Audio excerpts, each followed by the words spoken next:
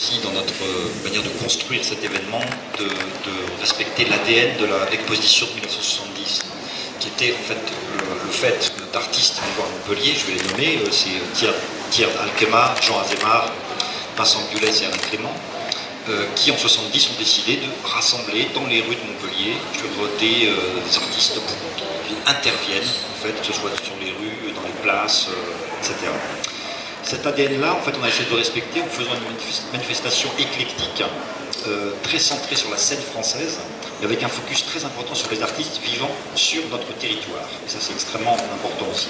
Donc l'exposition va occuper des rues, des places, des cours de bâtiments, des boutiques aussi, des lieux d'exposition sur le parcours, y compris la direction régionale des affaires culturelles. Enfin, il y a énormément de lieux extrêmement divers qui font partie de ce parcours, qui correspond en gros au périmètre de Montpellier contemporain, l'établissement public, c'est-à-dire de la gare Saint-Roch, à côté de laquelle se situe l'hôtel Montcalm, l'hôtel des collections qui ouvrira le 29 juin, jusqu'au quartier des Beaux-Arts.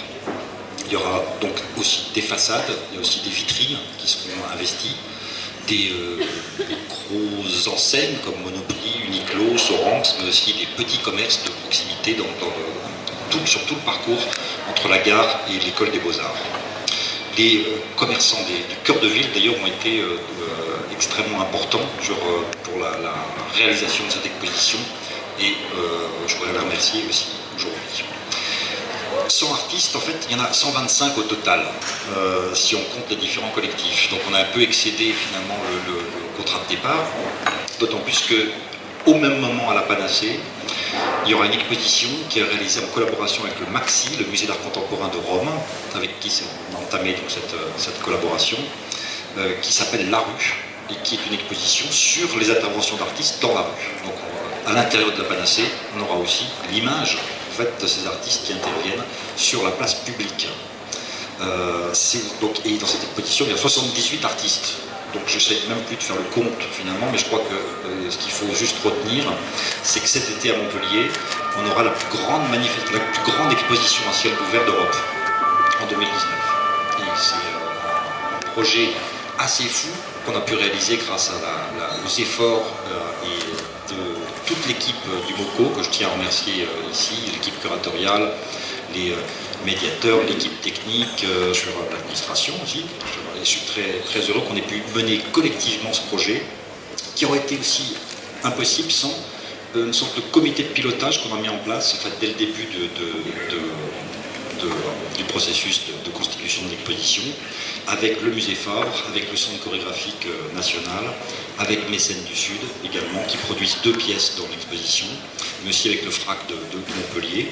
Et je salue aussi la collaboration très forte qu'on va avoir avec l'Opéra, l'Orchestre national, et je remercie Valérie Chevalier. Il y aura donc 2 pièces assez importantes dans le dispositif qui sont produites avec eux.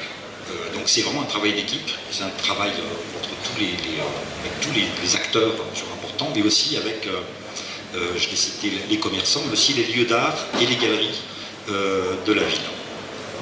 On a par ailleurs 3 œuvres, et c'est aussi très important, 3 œuvres pérennes, en fait, 3 commandes publiques en fait, qui vont être inaugurées à cette occasion-là, qui font partie aussi du projet, dont je ne sais pas si Abdelkader Benchama est par ici, je ne sais pas si je l'ai vu, mais il y a un projet extraordinaire en fait, sur la place Roger Salingro, à Figuerolles.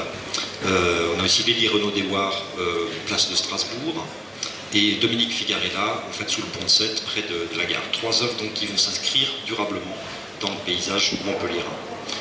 Vous citiez aussi la ville de Sète. On a 9 projets en fait, qui font partie de 100 artistes dans la ville, en collaboration avec la ville de Sète, qui seront inaugurés normalement le dimanche 9 juin, le lendemain.